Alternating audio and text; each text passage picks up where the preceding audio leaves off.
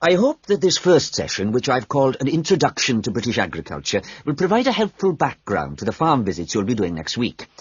I think I should start by emphasising that agriculture still accounts for a very important part of this country's economy. We are used to hearing the UK's society and economy described as being industrial, or even post-industrial.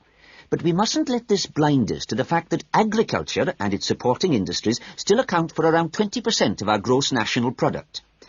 This figure is especially impressive, I think, when you bear in mind how very small a percentage of the UK workforce is employed in agriculture. This is not a recent development. You'd have to go back to 1750 or so to find a majority of the workforce in this country working in agriculture. By the middle of the next century, in 1850 that is, it had fallen sharply to 10%, and then to 3% by the middle of the 20th century. And now, just 2% of the workforce contribute 20% of GNP. How is this efficiency achieved? Well, my own view is that it owes a great deal to a history over the last 50 or 60 years of intelligent support by the state, mainly taking the form of helping farmers to plan ahead. Then the two other factors I should mention, both very important, are the high level of training amongst the agricultural workforce, and secondly, the recognition by farmers of the value of investing in technology.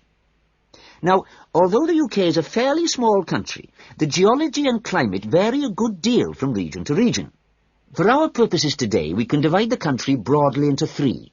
I've marked them on the map here. The region you'll get to know best, of course, is the north, where we are at present. The land here is generally hilly, and the soil's thin.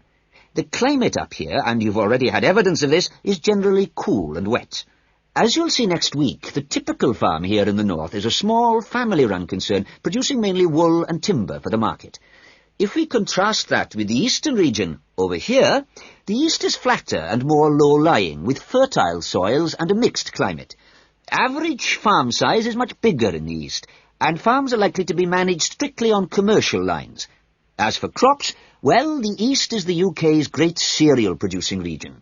However, increasingly significant areas are now also given over to high-quality vegetables for supply direct to the supermarkets. The third broad region is the west, where it's a different story again. The climate is warmer than in the north and much wetter than in the east.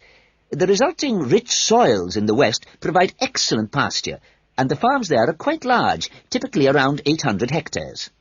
The main products are milk, cheese and meat. So, clearly, there are marked differences between regions, but this does not prevent quite a strong sense of solidarity amongst the farming community as a whole, right across the country. This solidarity comes in part from the need to present a united front in dealing with other powerful interest groups, such as government or the media. It also owes something to the close cooperation between all the agricultural training colleges, through which the great majority of farmers pass at the beginning of their careers.